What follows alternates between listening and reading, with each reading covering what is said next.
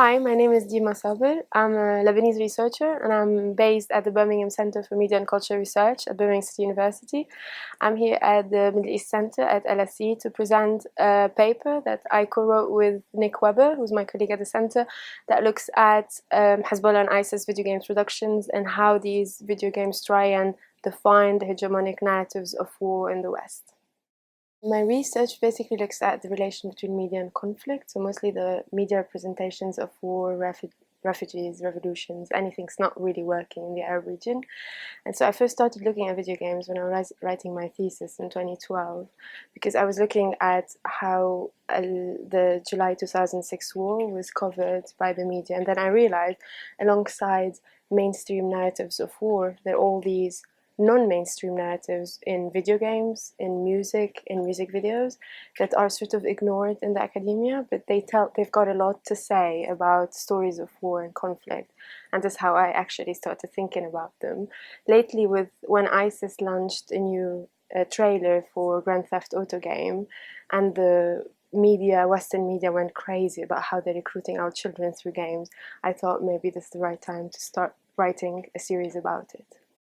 What's really interesting about the Hezbollah video games and the ISIS machinima, because they're not really video games, they're productions around video games, is that what these productions try to do is to break the Western monopoly of image production. So until here, we've just seen all depictions of conflict or of the Arab region have been made by Western media and by Western mainstream media.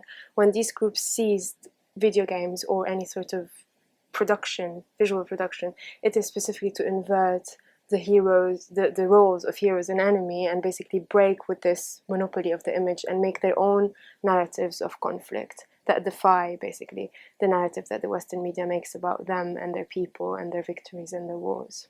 The paper I'm talking about is one that looks specifically on Hezbollah video game Special Force 1 and 2, which was produced after the 2006 war in Lebanon, and ISIS machinima video games. So basically, the only thing that these two productions have in common is what I was just saying about inverting the roles of the heroes and the villain, because what we know so far about Western games is that it's always an American GI who's going to save the world from the Arab terrorist.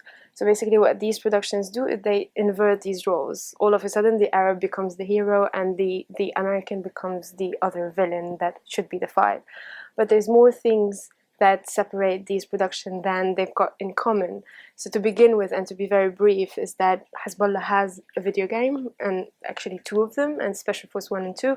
ISIS did not make a game. They made a trailer out of Grand Theft Auto, but Western media, like you see articles in Daily Mail, Daily Express, everywhere, ISIS is producing video games and recruiting our children.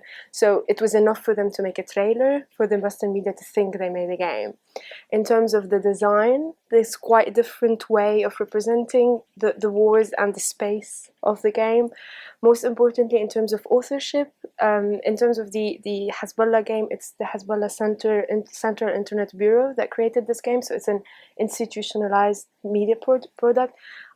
The ISIS productions are made by anonymous people. They could be pro-ISIS, they could be just people interested in creating viral productions that go everywhere online. What's really important for me to say at this stage is that Hezbollah and ISIS fight on two opposing sides of the Syrian war, yet when they're spoken of, people speak about them, or Western media speaks about them as they're part of one terrorist other, right? So in terms of the ISIS trailer and poster, which is based on the Call of Duty game, it has achieved what it was made for, which is going viral and having thousands of people, and a lot of Western media speak about it.